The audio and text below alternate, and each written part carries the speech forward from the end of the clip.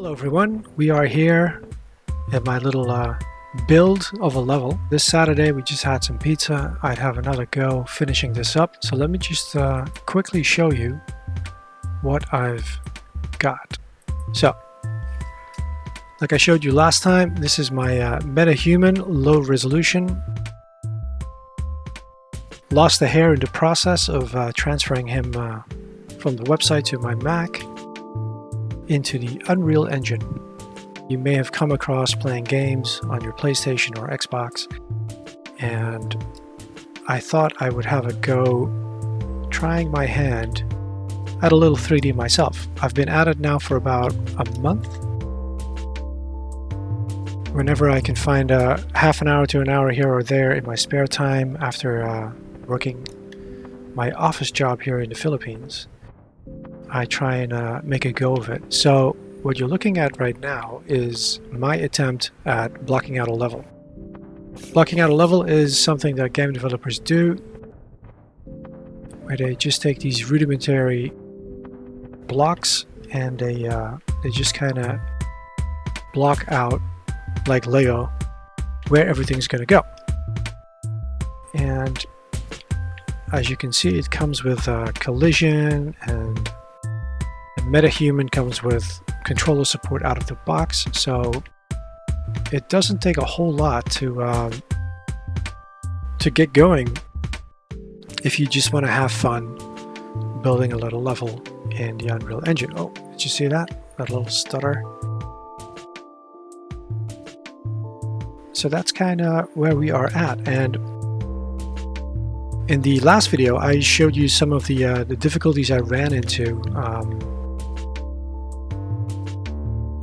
You know, just messing around. I learned that, actually, that is a thing. One of the problems I had is what you can see here is where you see all these blocks skewed. So you can see the grid is no longer aligned. They're all over the place. And what happened last week was I just wanted to move one. Like, I learned about how to edit 3D objects within the Unreal Engine in modeling mode, which is Shift 5. It shifted a whole bunch of blocks in the level and ruined them, ruined the collision, everything. And so afterwards I tried to fix things up using the cube grid method, which is the green and the red, and just, you know, where the collision is off, I just added collision this way and just fix up my level so I could still use it for the purpose of building a little DevKit level that opens up into an stylized Asian village, which is one of the free assets packs. And I think last time I said September, but I think it was actually August, because time flies. So I think I got it figured out.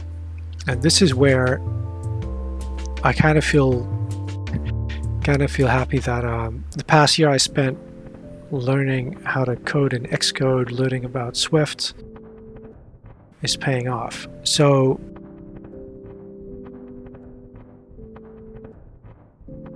the blocks. I noticed that there was a difference between where you get the primitive cube shape from, right?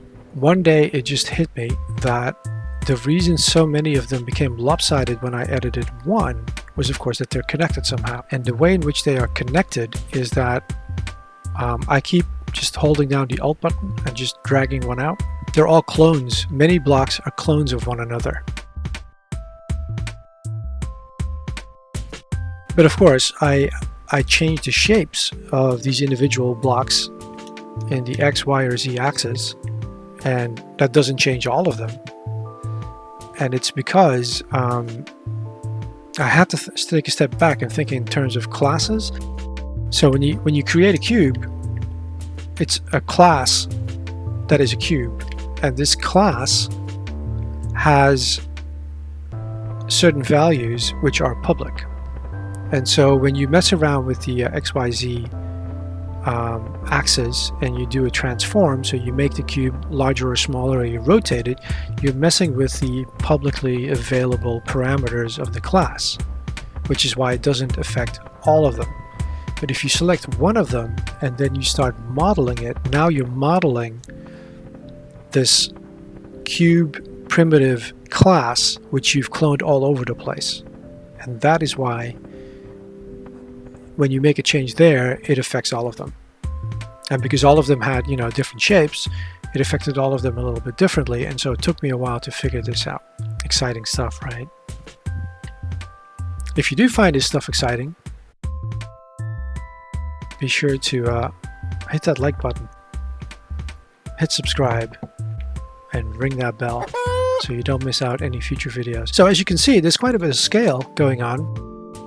Just putting down these basic blocks, right? This is starting to look like a pretty massive level. As you can also see, if you watched last week's video, instead of just falling through the ground, I added a kill zone. So, which is not here, I just realized. It's actually only over there.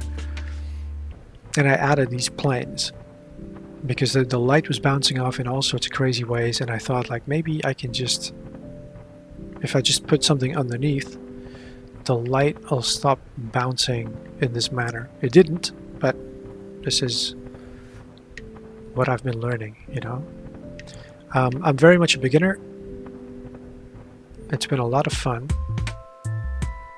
and what we are going to attempt to do today is, in this part two of a bit of a developer blog, is this area here. I want to be the stylized Asian village, and I'll just show it to you. Escape. Let's see, can I pull this up? Here we go. As you can see, it's all here. There's your blueprints. There's different levels where you can have a look at how it looks, like what you can do with it. There's lots of materials. This is actually quite interesting to look at. Let's see, prop materials, right? See? So I'm assuming that I could build my own meshes and just apply these materials. Let's try it. Let's try dropping it on this one. There we go. Right? Pretty cool. Can I travel there fast enough to have an inspection? Oh. Hold down the right mouse button and then the W. Mauzedd controls. So you can look around with the right button, the left button, you move forward and backwards. And you can also look around, right button, up and down. But when you hold it down, you also get the Mauzedd controls. As you can see, it gets all stretched. Now I figure we can probably edit that, but then it'll probably edit it for everything. I wonder if there is this one. No, I don't think that's going to work, because I know that you can tile materials, but I do that in the blueprint of this here. So if I double click on this one, here we go, here's the blueprint. See, there we go. Now it is on a cube, on a sphere, on a cylinder, and this is the material instance, which means I can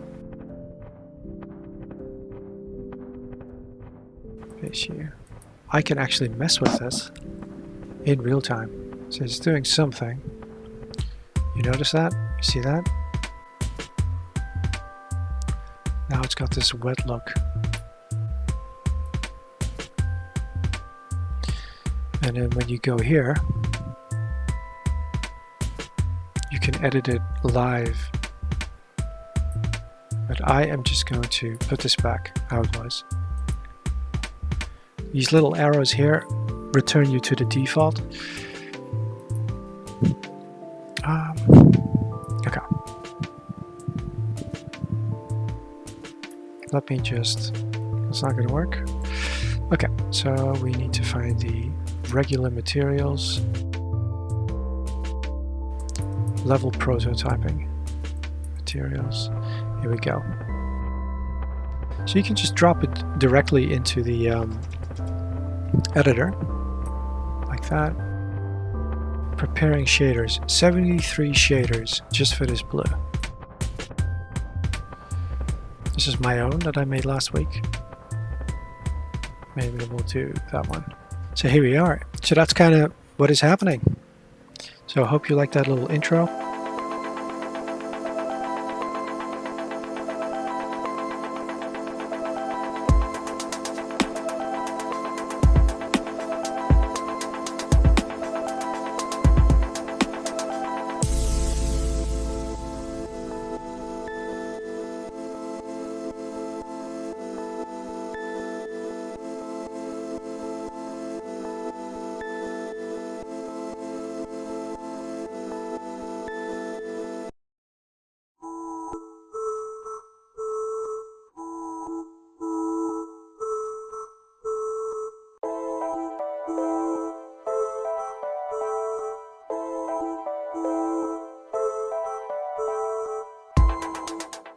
It is seemingly impossible not to try something out and break stuff in the Unreal Engine.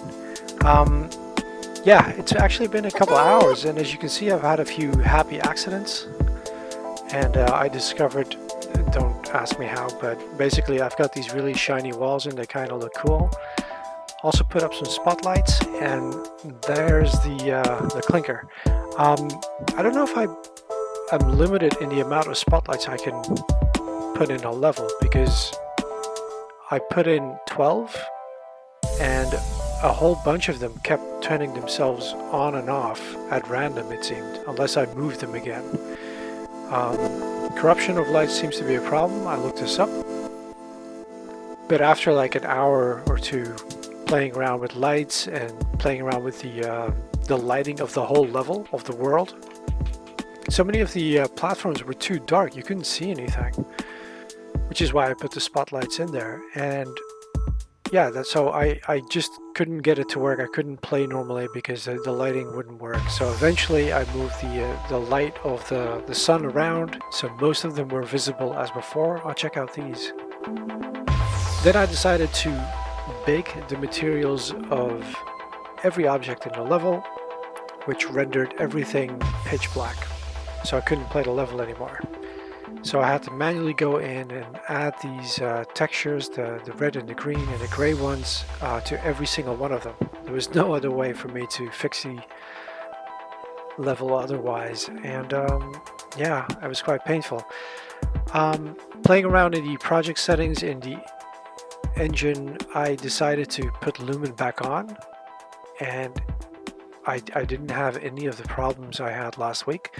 So now I'm thinking, you can have Lumen on the Mac Mini with the M1 chip, and I don't know exactly what the limitations are that I ran into last time, but I guess when you're just starting to play with all the levers, like you just, yeah, you just end up falling off the world and having to do things over and over again. So I still haven't built a village, but hopefully tomorrow on Sunday I can find a little time for it. So see you there.